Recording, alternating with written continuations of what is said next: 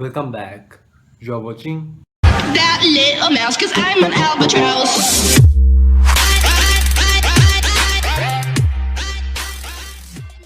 Hello guys, welcome back to another exciting video of DIY upgrades. Today I'm going to show you something a little different than what I've been doing lately. So I was doing this Arduino project and I needed to build this Android app. So first of all, I didn't know how to do that.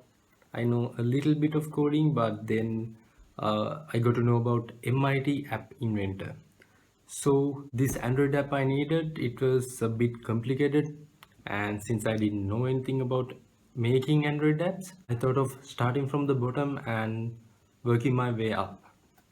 So in this video I'm going to show you how I made that Android app using MIT App Inventor. But before we get started, I have a small request to make. There's a big red subscribe button right below my video. Please hit that, and there's a bell icon right next to it.